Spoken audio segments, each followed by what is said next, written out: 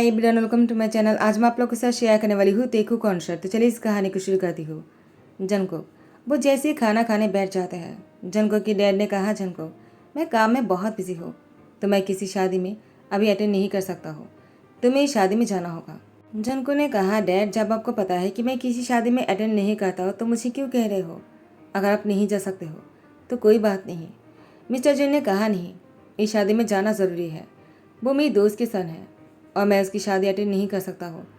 ये बहुत ही दुख की बात है मेरे लिए, लेकिन मेरी तरफ से, मेरे ही घर से मेरे किसी अपने की जाना ज़रूरी है और मेरे सबसे करीब तुम हो और तुम्हें जाना पड़ेगा। तुम जानते हो मैं जो कहता हूँ वो ही होता है और तुम्हें शादी को अटेंड करना ही होगा। मैं कोई बहाना नहीं सुनना चाहता हूँ, तुम जाओगे और ये फाइनल है। ऐसा कहते ही मिस्टर जॉन यहाँ से उठकर चला गया। जन को उसे किसी शादी में तो नहीं जाना है, लेकिन अब जाना पड़ेगा क्योंकि मिस्टर जॉन ने जो कह दिया। जनको के नैनी आ जाते हैं और जनको से कहता है, जनको मैं जानता हूँ कि तुम किसी भी शादी में नहीं जाते हो, लेकिन इस शादी में जाओगे ना, देखना कुछ अच्छा ही होगा। जनको ने कहा, लेकिन मुझे किसी भी शादी में नहीं जाना है, आप तो जानते हो। लेकिन डैड ने मुझ पर दबाव डाला, मुझे नहीं जाना है, मैं डैड को मना कर दूंगा। लेकिन नैनी ने कहा, जनको एक बार उन्होंने कह दिया, तुम चाहे कितनी ही कोशिश क्यों ना कर लो, वो नहीं मानेंगे। इस तरह से तुम दोनों की रिलेशनशिप में दरारें पैदा होगा। वैसे भी तुम्हारे मॉम के जाने के बाद से वो बहुत ही उदास रहता है, काम में बिजी रहकर अपने आप को बहुत ही खुश रखने की कोशिश करता है, लेकिन वो कभी खुश नहीं रह पाते हैं। अगर तुम मिस्टर जॉन की बात नहीं मानोगे, उन्हें बहुत बुरा लगेगा। मेरी बात मान लो और शादी में चले जाना। तुम्हें सिर्फ उसकी शादी अटेंड करना है और चले आना है, इतनी सी ही तो काम है ना, तो मना क्यों कर रहे हो? प्लीज़ चले जाओ। जनको ने कहा, आप भी मुझे फोर्स कर रहे हो? तो नैनी ने कहा, जनको मैंने तुम्हें बड़ा किया है, मैं जानता हूँ। तुम बाहर से बहुत ही कड़वे लगते हो, लेकिन अंदर से बहुत अच्छे हो, सबके बारे में सोचते हो और तुम ही बात मानोगे। और यहाँ पर यूंगी ने कहा, मैं शादी तो कर रहा हूँ, लेकिन मैं किसी और से प्यार करता हूँ। यूंगी की मॉम ने कहा, यूंगी तुम्हारे डैड ने कहा तुम्हें शादी करना होगा। यूंगी ने कहा, मॉम मैं किसी और से प्यार करता हूँ, मैं तियांग से शादी नहीं कर सकता, ये तो बहुत ही गलत होगा ना। तो यूंगी की मॉम ने कहा, तियांग बहुत ही अच्छा लड़का है और वैसे भी वो तुम्हारी बहुत ही अच्छे से ख्याल रखेगा। और किसने कहा कि तुमने अगर तियांग से शादी कर लिया तो किसी और से शादी नहीं कर पाओगे, और शादी के बाद भी तो तुम डेट कर सकते हो ना, तुम्हें थोड़ी कौन रोकेगा। तियांग बहुत ही मासूम है, उसको पता नहीं चलेगा। यूंगी ने कहा, लेकिन मॉम आप कैसी बातें कर रहे हो? मैं तियांग से शादी करूँ और उसको धोखा दूँ? मैं उसके साथ चीट नहीं कर सकता हूँ। मुझे भी पता है कि तियांग बहुत ही मासूम है।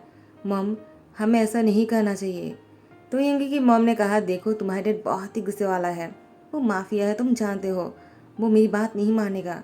अगर तुम भी नहीं मानोगे ना, हम दोनों को जान से मार डालेगा, लेकिन अपनी बात मनवा कर रहेगा। यूंगी आई एम सॉरी बेटा, मैं कुछ नहीं कर सकता हूँ, अब जो होगा देखा जाएगा। काश कोई ऐसा आ जाए जो तुम्हें तुम्हारे प्यार से मिलवाने में हेल्प करे।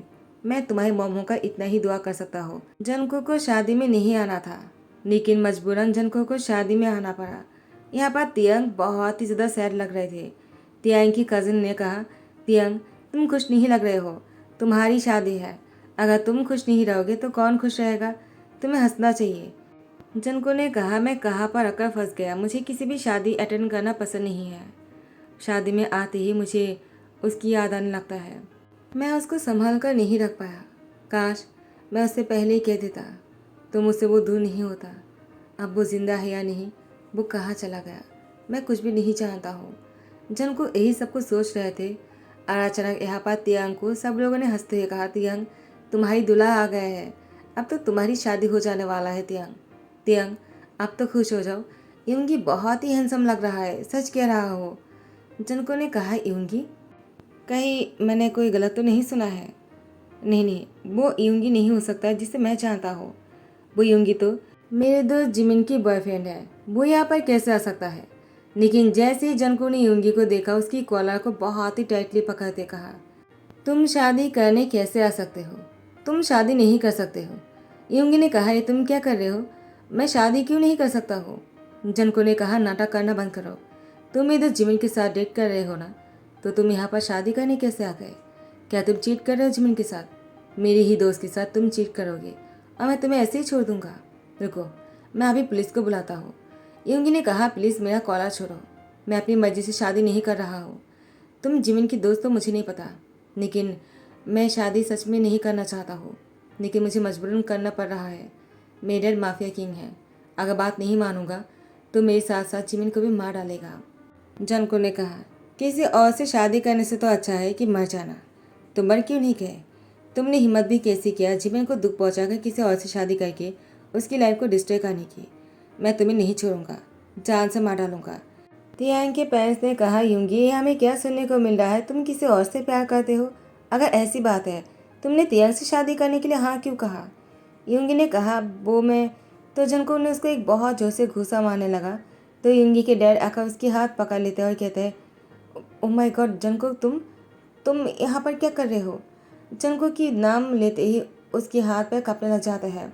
जनको के हाथ को छोड़ दिया और कहा, मुझे माफ़ कर दो, मैं नहीं जानता था कि तुम हो यहाँ पर। जनको, क्या हुआ है? तुम मेरे बेटे पर गुस्सा क्यों कर रहे हो? जनको ने कहा, क्योंकि तुम्हारे ही बेटे ने मेरे दोस्त को धोखा देकर किसी और से शादी कर रहा है और मैं सब कुछ खड़ा होकर नहीं देख सकता हूँ। मैं शादी नहीं होने दूंगा। तो यूंगी के डैड उसे माफ़ी मांगते कहा, तुम जो कहोगे वही होगा। अगर तुम नहीं चाहते कि शादी हो तो हम नहीं करवाएंगे। जंगकुक ने कहा, नहीं, मेरी कहने का वो मतलब नहीं है, लेकिन अभी उसको जिमिन को कॉल करके बताना होगा कि उसने उसके साथ चीट किया है, वो उससे शादी नहीं करेगा और वो अभी किसी और से शादी कर रहा है। यूंगी ने कहा, मैं ऐसा नहीं कर सकता हूँ, मैं जिमिन से प्यार करता हूँ। यूंगी के डैड ने जंगकुक के डर के मारे यूंगी को थप्पड़ मारते कहा, तुमने मुझे पहले क्यों नहीं बताया कि तुम किसी और से प्यार करते हो? तो मैं तुम्हारी शादी नहीं करवाता। जंगकुक, मैं अभी उसकी शादी उससे करवाऊंगा जो उससे प्यार करता है और वो जिससे प्यार करता है। तुम जो कहोगे वही होगा। जंगकुक, तुम मुझसे नाराज तो नहीं होना? इससे पहले कि जंगकुक कुछ और कह पाता, जंगकुक के सामने तियांग आकर खड़े हो जाते हैं और जंगकुक को देखकर कहते हैं, तो मेरी शादी तोड़ने आए हो? जंगकुक तियांग को देखकर बहुत ही दंग रह गया और उसे देखकर कहा, क्या मैं नहीं जानता था कि तुम्हारी शादी हो रहा है? क्या तुम्हारी शादी यूंगी से हो रहा था? मुझे अगर पता होता मैं ऐसा। तो तियांग ने कहा, तुम ऐसा क्या तुम मेरी शादी यूंगी से होने देते? क्या तुम मेरी शादी तोड़ने नहीं आए थे? क्या तुम बिना जाने ही यूंगी की शादी मुझसे तोड़ दिया? जंगकुक, तो तुम क्या चाहते हो? जंगकुक ने कहा, तियांग तुम इतने साल तक कहाँ गायब हो गए थे? जंगकुक तियांग को टाइटली अपनी सीने में लगा लेता है। तियांग जंगकुक से अलग होने की कोशिश करता है, लेकिन जंगकुक तियांग को और भी कस के पकड़ लेता है। बाद में तियांग भी जंगकुक को दोनों हाथों से पकड़ने ही वाला होता है। तियांग के अम्मा पापा तियांग को जंगकुक से खींच कर लेकर आते हैं और कहते हैं, तियांग ये तुम क्या कर रहे हो? और ये कौन है? क्या वो तुम्हारी आशिक है? तुमने हमें पहले क्यों नहीं बताया? तुम्हारी शादी टूट गया है, अब तुमसे कौन शादी करेगा? अब तुम इस घर से निकल जाओ, हम तुम्हारी शक्ल भी नहीं देखना चाहते हैं। अगर तुम्हें हमें ना के करवाना था तो तुमने शादी के लिए हाँ ही क्यों किया? तियांग ने कहा, अम्मा पापा आप लोग ये क्या कह रहे हो? मैं सच कह रहा हूँ, मुझे कुछ भी नहीं पता था। उसके अम्मा पापा ने कहा, तुम झूठ कह रहे हो, वो तुम्हारी आशिक है। तुम दोनों एक दूसरे को जानते हो ना, तुमने उसके नाम लिया है और वो भी तुम्हें जानता है। तियांग कुछ कहने ही वाला होता है। जंगकुक ने कहा, मैं तियांग से प्यार करता हूँ और तियांग भी मुझसे प्यार करता है। हम दोनों एक दूसरे के साथ रिलेशनशिप में हैं और मैं इसीलिए नहीं चाहता कि तियांग की शादी किसी और से हो। मुझे तियांग से शादी करना है। तो तियांग के अम्मा पापा ने कहा, तुम कौन हो? हम तुम्हें नहीं जानते हैं।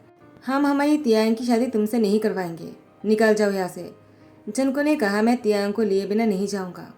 तियांग, वो जंगकुक से कहता है, प्लीज़ तुम यहाँ से चले जाओ। जंगकुक ने कहा, तियांग मैं तुम्हें लिए बिना नहीं जाऊँगा, मुझे तुमसे शादी करना है और प्लीज़ तुम्हें शादी के लिए मना मत करना। तियांग ने कहा, शादी? लेकिन तुम मुझसे शादी क्यों करोगे?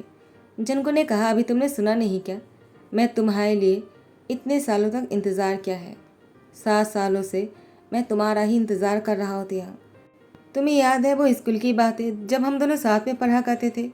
तियांग ने कहा, लेकिन जंगकुक अब वो पहले की तरह नहीं रहा।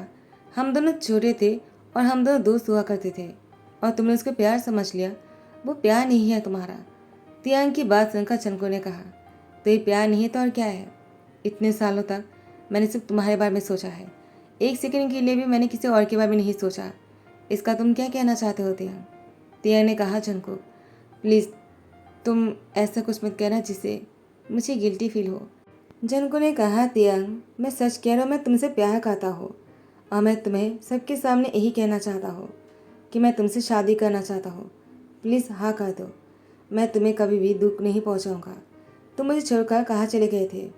तियांग ने कहा, जंगकुक, मैं तुम्हें छोड़कर नहीं गया था, मुझे आना पड़ा। जंगकुक ने कहा, क्या मतलब है? तियांग ने कहा, डैड की तबीयत खराब हो गए थे और मुझे उनके लिए काम करना था, वरना हमारे घर कैसे चलते।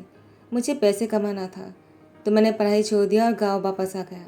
उसके बाद मैं ज़मीन में जाकर खेती करने लगा। बचपन की बातें बहुत ही अलग होते हैं, लेकिन मेरी बचपन तो बस काम करने से गुजर गया। जनको ने कहा, तियांग, क्या तुम मुझे एक बात बता सकते हो? क्या तुम मुझे भूल गए थे? तियांग ने कहा, जनको, इतने सालों में मैंने तुम्हें कभी नहीं भूला है, हमेशा तुम्हें याद रखा, तुम मेरी यादों में हो। जनको ने कहा, तियांग, अगर मैं तुम्हें याद था तो तुम शादी करने के लिए हाँ क्यों किया है? तियांग ने कहा, जनको, वो बचपन की बातें हैं जब स्कूल में पढ़ा करते थे। मुझे बिल्कुल भी आइडिया नहीं था कि तुम भी मुझे याद रखोगे और मुझसे शादी करना चाहोगे। जनको ने कहा, तियांग, मैंने सिर्फ तुम्हारा इंतज़ार किया, तुमसे प्यार किया है। तियांग ने कहा, जनको, मैंने भी तुमसे ही प्यार किया है। उसके बाद दोनों एक दूसरे के गले लग जाते हैं। तियांग की पेरेंट्स भी जनको के साथ तियांग की शादी करवा देते हैं। तियांग जनको के घर आने के बाद जनको से कहता है, जनको, क्या तुम्हारे घर में और कोई नहीं रहता है? जनको ने कहा, तियांग, मेरे डैड मेरे साथ रहता है और एक नैनी रहता है। नैनी वो बीमार है, इसलिए वो हॉस्पिटल में एडमिट है, और डैड वो किसी काम से बाहर गया हुआ है। जैसे वो लोग आ जाएंगे मैं तुम्हें उन लोगों से मिलवा दूंगा। जनको की बात सुनकर तियांग ने कहा, लेकिन तुम्हारे डैड को जब पता चलेगा कि तुमने शादी कर लिया, क्या वो मुझे एक्सेप्ट कर लेगा?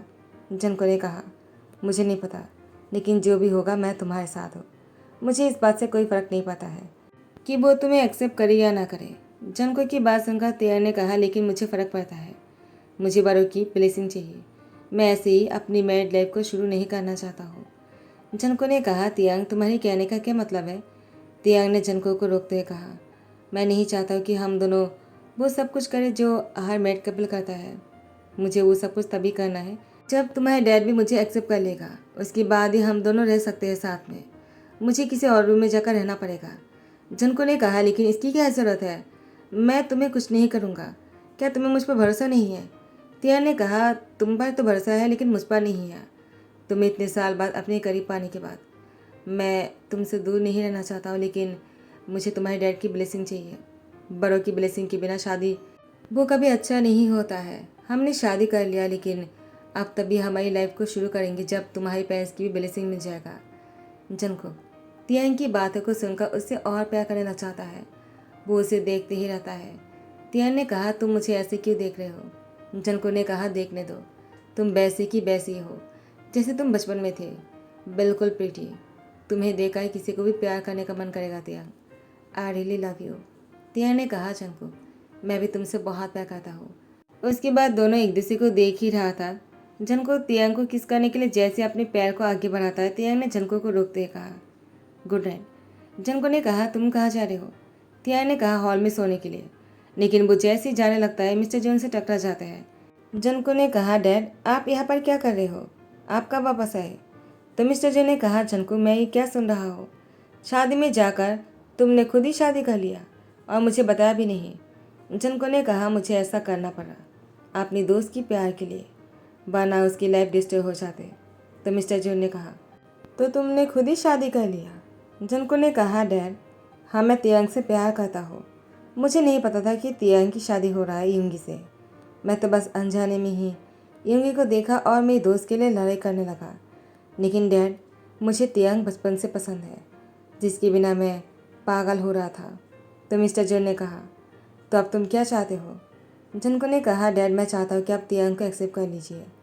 तो मिस्टर जोन ने कहा, तुमने कहा और मैं एक्सेप्ट कर लूँगा? तुमने सोचा भी कैसे? मैं उसे एक्सेप्ट तो किया, तुम्हारी नैनी भी उसे एक्सेप्ट कर लिया है, क्योंकि हम दोनों को ही तियांग बहुत पसंद आया। जनको का तियांग दोनों ही खुश हो जाते हैं। तियांग, उसकी आंखों में से आंसू आ जाते हैं। तो मिस्टर जोन ने कहा, अब तुम क्यों रो रहे हो? मैंने तुम्हें पसंद कर लिया है और तुम्हें मेरी ब्लेसिंग चाहिए था ना? जनको ने कहा, डैड, आपने सब कुछ सुन लिया? मिस्टर जोन ने कहा, जैसे मुझे पता चला कि तुमने शादी कर लिया, शादी में जाकर, तो मुझे तो वापस आना ही था, तो मैं तुरंत टिकट कर लिया और वापस आ गया। और आने के बाद तुम दोनों की बातें सुन रहा था, नैनी और मैं चुपकर। नैनी को देखा जनको ने कहा, नैनी, आप तो बीमार थे ना, तो आप इतनी जल्दी कैसे आ गए? नैन ने कहा, जंकुक बाबा, मैं तो बस ऐसे ही अपनी चेकअप करने गया था, मैं ठीक हूँ। जंकुक नैनी के गले लग जाता है और कहता है, आपने सही कहा था, शादी में जाने के बाद ज़रूर कुछ अच्छा होगा। सच में मुझे मेरा बचपन की प्यार मिल गया है। और इसके बाद जैसे वो दोनों अपने कमरे में चले जाता, जंकुक का तियांग अपने रूम में था। सबके जाने के तुरंत ही जंकुक तियांग को किस करने लगा। तियांग ने जंकुक को रोकते हुए कहा, क्या करो, कोई देख लेगा। जंकुक ने कहा, नहीं, अब तो मुझे तुम बिल्कुल भी नहीं रोक पाओगे, अब तो मुझसे और इंतज़ार नहीं हो रहा है। ऐसा कहते ही उसे किस करने लगता है। एक किस बहुत ही लॉन्ग और बहुत ही डीप होते जा रहे थे। पूरे रूम में दोनों की किस की आवाज़ सुनाई दे रहा था और कुछ ही देर बाद दोनों बहुत ही खुलस हो जाते हैं। दोनों के बीच में कोई दुनिया नहीं रहते हैं। काश सब कुछ ठीक हो जाए और ऐसे ही है। तो आप लोग अगर पसंद आ रहा हो तो लाइक कमेंट शेयर करना मत भूलना, सब्सक्राइब कर देना। Thank you so much, bye bye, take care.